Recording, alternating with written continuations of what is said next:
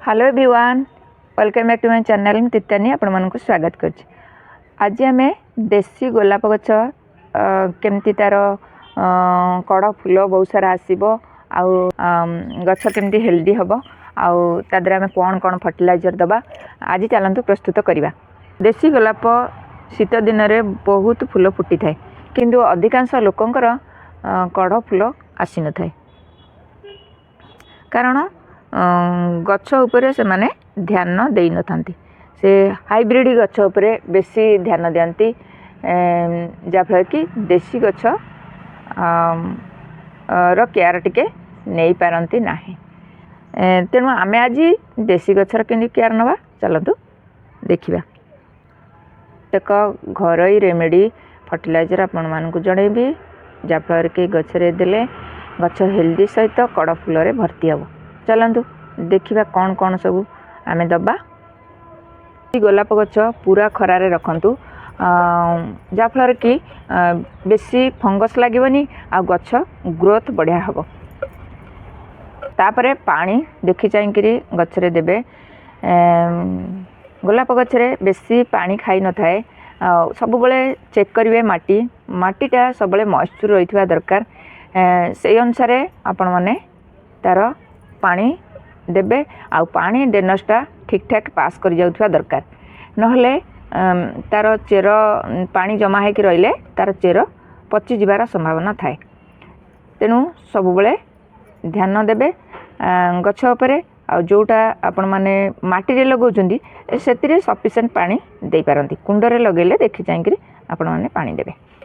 मानकर हाइब्रिड गोलाप गछ अछि तारे कलिमी ऊपर को रही ता तलू आपण मैंने लगेबे गछ आ देसी गछ हेले आपण मैंने जमीती लगेले भी चलिबो। तापरे फूल फुटी सारला परे आपण मैंने देखंतु आपण मैंने एई भली जो फूल कड़ा आसुची ए फूल सब फुटी सारला परे आपण मैंने तार कटिंग कर दियंतु। कटिंगटा हार्ड कटिंग करंतु बा हार्ड कटिंग कले आमे अक्टोबर रु नवेम्बर भितर करंतु। जनवरी फेब्रुआरी मार्च एप्रिल पर्यंत प्रचुर फूल दब। आ जो बेले परे करूचंती जनवरी फेब्रुआरी रे जो कटिंगटा करूचंती धर फूल फुटी सारला बेसी कटिंग करिवेनी। ए फूल फुटी सारला परे एठू आपण माने कटिंग करिवे। गोटे पत्र तळको कटिंग कले तार बहुत सारा शाखा आसीबो आ फूल मध्य फूल फुटिबो।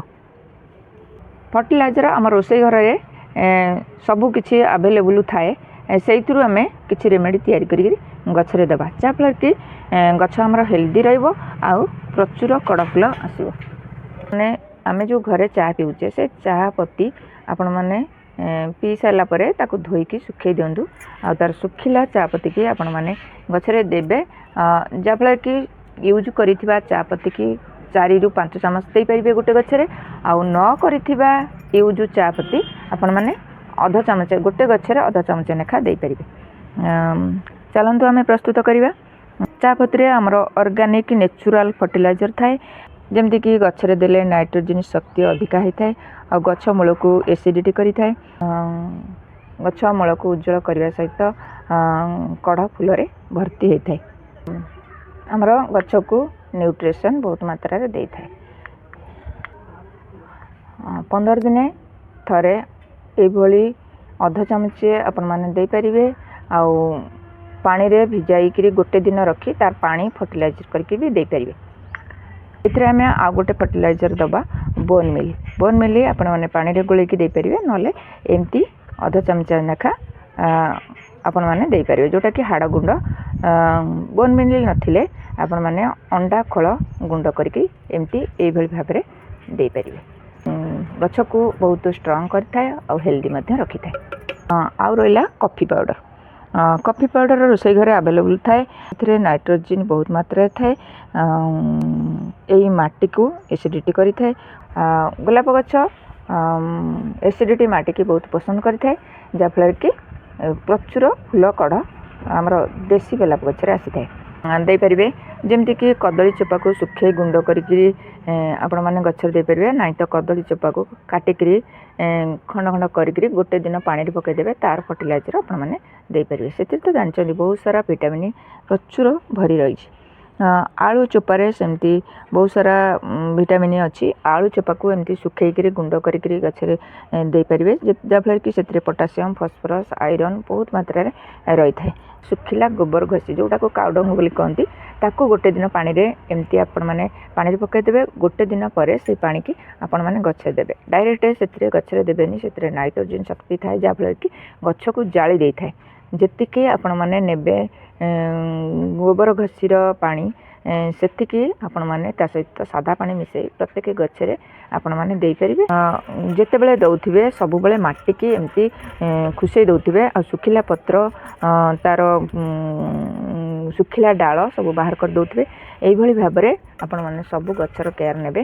ଆଉ ଦେଶୀ ଗଛ ବିଶେଷ କରିକି ଏଇଭଳି ଭାବରେ ନେଲେ ଆଧରେ ଦେଖନ୍ତୁ କେତେ ସାରା ଫୁଲ କଢ଼ ଭର୍ତ୍ତି ହେଉଛି। ଦେଖନ୍ତୁ ଫୁଲ କଢ଼ ଦେଶୀ ଗଛରେ ତ ବହୁତ ସାରା ଆସେ, ଦେଖନ୍ତୁ ଏଥିରେ କେତେ ସାରା ଫୁଲ କଢ଼ ଭର୍ତ୍ତି ହେଇଛି। ଆଉ ମାଙ୍କଡ଼ମାନେ ତ ଆସିକିରି ଖାଇକିରି ପୁରା ଇଏ କରିଦେଉଛନ୍ତି।